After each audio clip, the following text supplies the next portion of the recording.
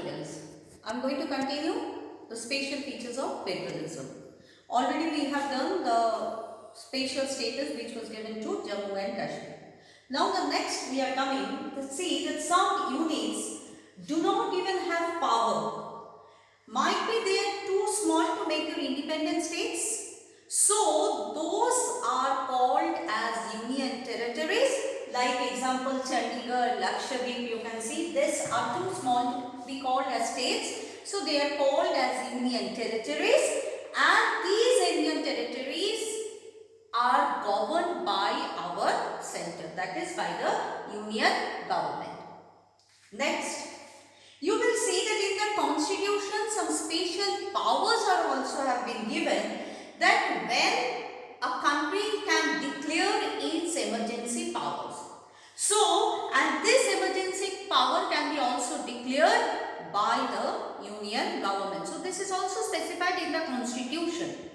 Next, any changes in power sharing, it cannot be done unilaterally.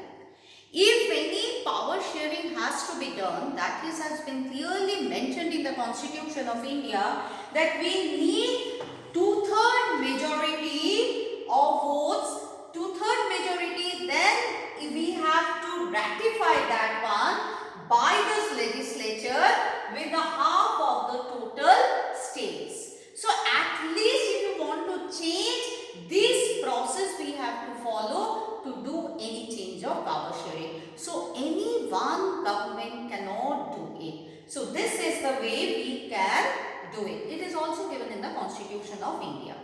And the last, we have seen that judiciary has given the highest power. If there is any dispute among this division of power, then who is going to solve it? That power is solved. That is solved by the judiciary. And the Supreme Court has been given the highest power to solve it. So, children, we have read about the features of federalism. We have read about that how India makes a federal country.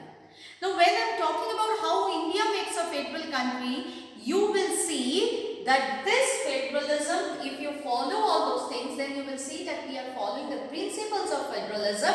But in some cases, we can see that the union government has maximum power. So, in that case, can you say that yes, we are totally federal?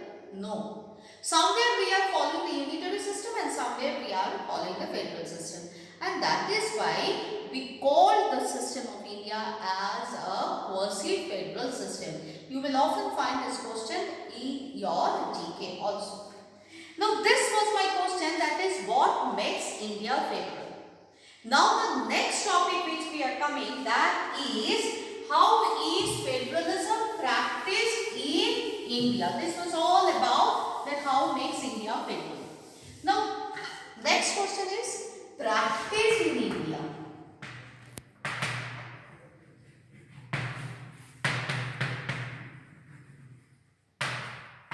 Now you will see that the Indian states, India is a very very big country. It has a diverse religion, diverse food habit, diverse language. So India is not like other European countries. When you see the history of India, it is totally different. So when India got its independence, it was a very big question that how India will be administered. Now India is having lot of other languages also. We do not have any one language. So when we came to the question that how will we practice in India, the first is that India has been divided into states on the basis of their language. Like you will see that West Bengal is the maximum people are speaking there in Bengali.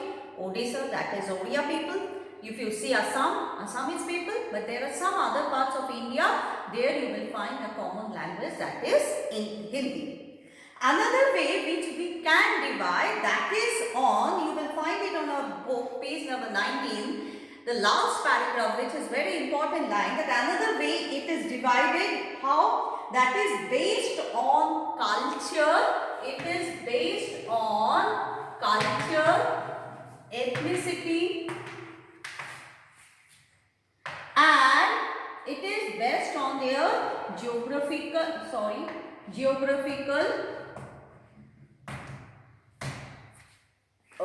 you can talk about the physical or the geographical structure.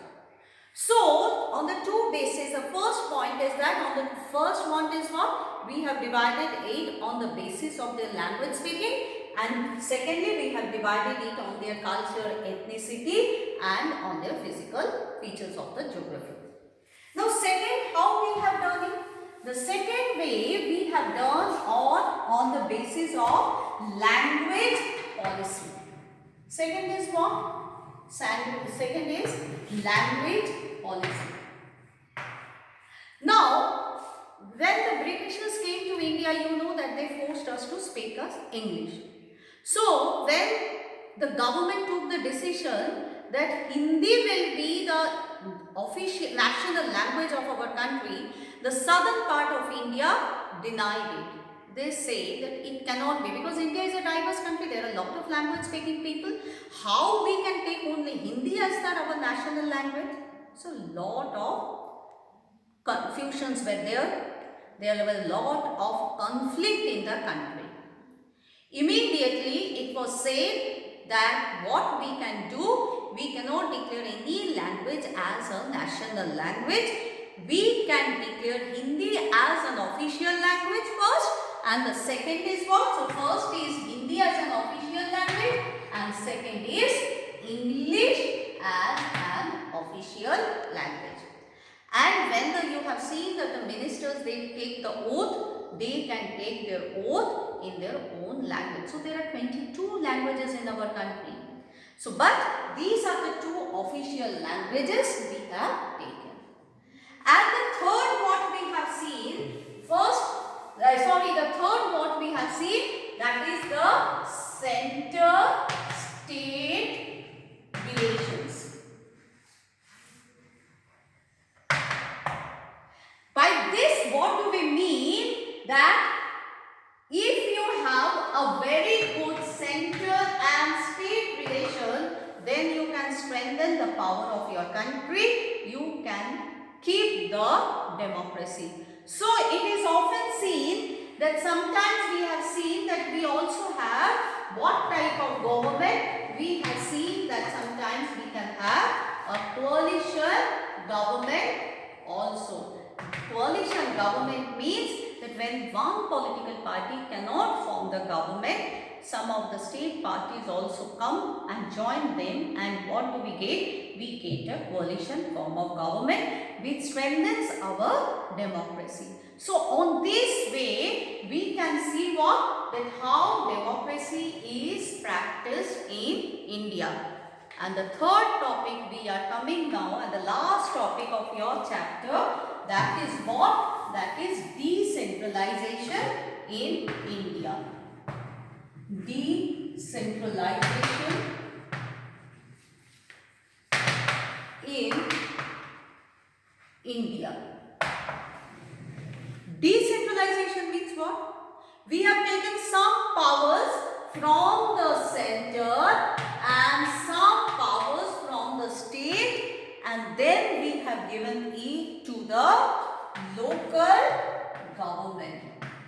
Because you people see that it is not very easy to solve all the problems which are taking place in the small villages or in the small towns.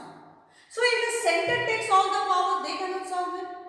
If all the power is taken by the state, then also it is very difficult to solve the problem. So Indian Constitution has adopted another tier of government, that is the third level of the government, which is the local government. And in this local government, I have started the chapter only today, that is they have the panchayat and the municipalities. On the next topic, I am going to give you that how we have done this decentralization.